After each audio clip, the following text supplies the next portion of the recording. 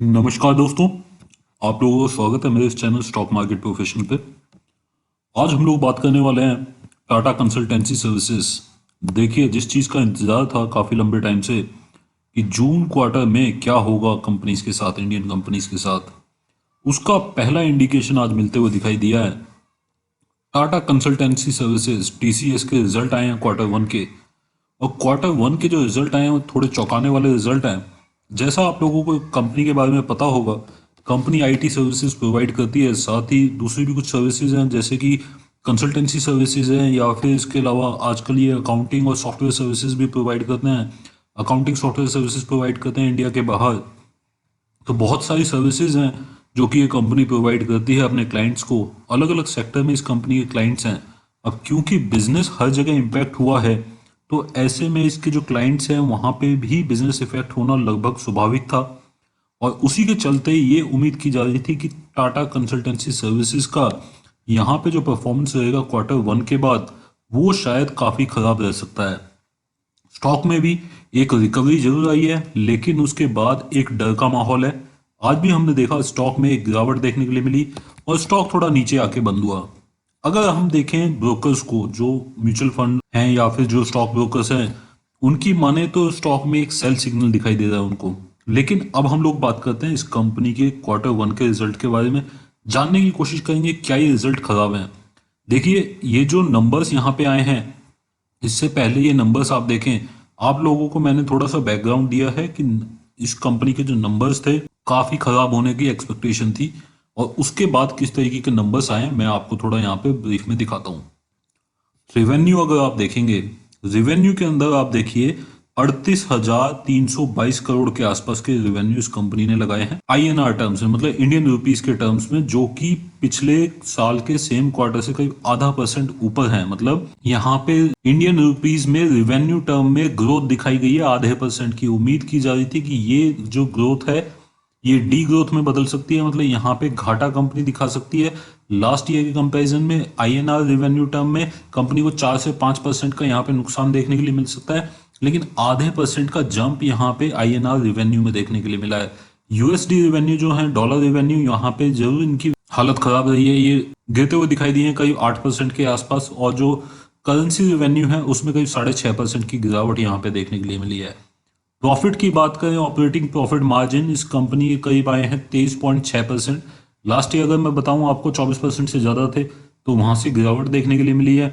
Net margin इस company के देखेंगे 18%, यहाँ से भी आपको निराशा झेलनी पड़ रही है। देखिए, लास्ट ईयर अगर आप देखेंगे सेम क्वार्टर में 21% से ज्यादा थे, और नेट मार्जिन यहाँ पे कम होते दिखाई दिए हैं, जो आए हैं 18.3%। लेकिन ये काफी एक्सेप्टेबल है, क्योंकि अगर आप कैश इनफ्लो देखेंगे इस पर्टिकुलर टाइम के अंदर, तो कैश इनफ्लो इस कंपनी का इम्पैक्ट हुआ है, जिसकी वजह से नेट मार्जिन यहाँ पे आपको थोड़े से कम आते दिखाई दिए हैं। जो कैश फ्लो फ्रॉम ऑपरेशन है, मतलब जो बिजनेस से जो कैश फ्लो आया है, वो करीब 133% है नेट प्रॉफिट के। ये नेट प्रॉफिट है, तो ये आप ध्यान में रखिएगा, 133% नेट प्रॉफिट के, और मार्जिन यहाँ पे कम होते दिखाई दिए हैं। तो ये कैश फ्लो भी आप यहाँ पे लास्ट ईयर के कंपेरिजन में नेगेटिव मानेंगे। अच्छी चीज जो देखने के लिए मिली है वो है डिमांड साइड में। क्लाइंट्स जो कि 100 मिलियन से ऊपर के हैं, उसमें यहाँ पे इजाफा देखने के लिए मिला है। 4 क्लाइंट इन्होंने ऐड किए हैं। 20 मिलियन से ऊपर वाले जो क्लाइंट है वो करीब 11 ऐड हुए हैं, और 5 मिलियन से ऊपर वाले करीब 13 क्लाइंट यहाँ पे ऐड होते दिखाई दिए हैं। तो ये एक पॉजिटिव इस कंपनी के लिए देखने के लिए मिला है। एम्प्लॉइज के अंदर थोड़ा सा रोटेशन जरूर देखने के लिए मिला है 11-12% का, लेकिन वो काफी रीजनेबल है, क्योंकि अगर बाकी कंपनीज को देखेंगे तो वहां पे 30-40% तक भी ये नंबर्स जाते दिखाई दिए हैं। देखिए, अगर इस कंपनी का रिवेन्यू आप देखेंगे लास्ट ईयर, तो लास्ट ईयर क्वार्टर फर्स्ट के अंदर ये जो रिवेन्यू था ये आया था 38,172 करोड़ का, और इस बार अगर आप देखेंगे तो आया है करीब 38,322 करोड़ का। तो करीब ½ % की बढ़ोतरी यहाँ पे देखने के लिए मिली है। ऑपरेटिंग इनकम में देखेंगे, लास्ट ईयर अगर आप देखेंगे तो लास्ट ईयर जो इनकम थी वो आई थी करीब 9,220 करोड़। इस बार अगर आप देखेंगे तो आई है 9,048 करोड़। तो यहाँ पे आपको ऑपरेटिंग इनकम के अंदर गिरावट देखने के लिए मिल रही है। नेट इनकम देखते हैं तो नेट इनकम लास्ट ईयर से काफी नीचे आती आपको दिखाई दी है। 14% की गिरावट आपको देखने के लिए मिली है नेट इनकम के अंदर। लास्ट ईयर अगर फर्स्ट क्वार्टर में देखेंगे तो करीब 8,131 करोड़ थी, और क्वार्टर वन फाइनेंशियल ईयर 21 में देखेंगे तो 7,000 करोड़ के आसपास आई है। जो नेट इनकम है, यहाँ पे बेसिकली बात हो रही है प्रॉफिट की, नेट प्रॉफिट की, तो उसमें गिरावट देखने के लिए मिली है। अगर इस कंपनी का प्रॉफिट एंड लॉस देखते हैं IFRS के अकॉर्डिंग, तो देखिए रिवेन्यू आप यहाँ पे देख सकते हैं, और रिवेन्यू के अंदर हम देख रहे हैं यहाँ पे आपको थोड़ी सी बढ़त देखने के लिए मिल रही है। ग्रॉस मार्जिन आपके कम होते दिखाई दिए हैं, 40.48 से कम होके जो ग्रॉस मार्जिन है वो 39.42 हो गए हैं।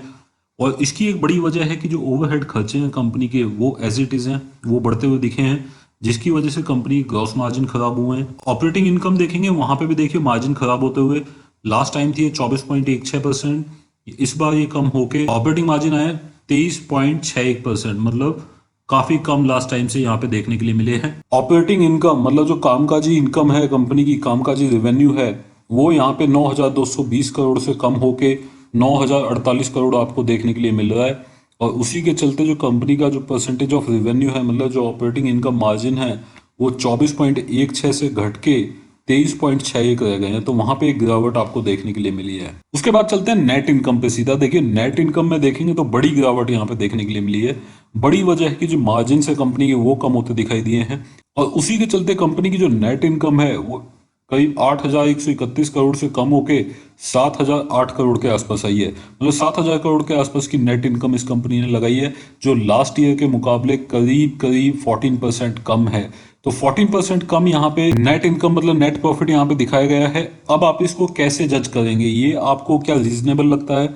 देखिए ये जो नंबर्स हैं ये काफ़ी रीजनेबल माने जा सकते हैं, क्योंकि अगर कंपनी के आप नंबर्स पढ़ेंगे, डिटेल में जाएंगे, तो आपको एक चीज़ पता चलेगी कि ज़्यादातर जितने भी बिजनेस सेगमेंट है, हर जगह इस कंपनी को रेवेन्यू टर्म के अंदर गिरावट देखने के लिए मिली है। सिर्फ अगर मैं फार्मा बिजनेस को छोड़ दूं जो कि इस कंपनी के क्लाइंट है, उसके अलावा ज़्यादातर सारे बिजनेस में इस कंपनी को रेवेन्यू टर्म में गिरावट देखने के लिए मिली है। और रेवेन्यू टर्म में गिरावट आने के बाद अगर कंपनी दिखाती है कि उसका INR रेवेन्यू बढ़ता हुआ दिखाई दिया है, तो ये एक पॉजिटिव संकेत है कंपनी के लिए। साथ ही नेट इनकम की बात करूं, नेट प्रॉफिट की, देखिए बहुत ज़्यादा कमी नहीं आई है, 14% की गिरावट है। लेकिन अच्छी बात यह है, ये जो गिरावट है ये एक्सपेक्टेड थी, इतनी गिरावट आना एक्सपेक्टेड था। कुछ भी ऐसा नहीं हुआ है कि कंपनी के साथ कुछ गड़बड़ हुई हो। जो इस कंपनी के लिए डर था एक कि Q1 के नंबर्स कैसे आएंगे, वो निकल चुका है। स्टॉक में पॉजिटिव ट्रेंड बन सकता है और स्टॉक एक अच्छा जंप यहां से अगले कुछ दिनों के लिए दे सकता है। अब यहाँ पे एक क्वार्टर के लिए एटलीस्ट कंपनी को ज़्यादा प्रॉब्लम नहीं होगी। एटलीस्ट अगर मार्केट में कोई गलत न्यूज़ नहीं आती है, खराब न्यूज़ नहीं आती है, स्पेशली US से अगर कोई खराब न्यूज़ नहीं आती है, तो स्टॉक के लिए पॉजिटिव चीज़ें रहेंगी और स्टॉक एक अप ट्रेंड में यहाँ से जा सकता है। दोस्तों अगर आपको ये इन्फॉर्मेशन, ये वीडियो पसंद आई हो तो आप इस वीडियो को लाइक जरूर कीजिएगा। आप इसको शेयर कर सकते हैं। अगर आपको मेरी वीडियोस पसंद है तो चैनल को सब्सक्राइब कर लीजिए। फ्यूचर में इसी तरीके की इन्फॉर्मेटिव वीडियोस आपको टाइम टू टाइम मिलते रहेंगे। अभी के लिए इतना ही। Thank you very much. Take care. Bye bye.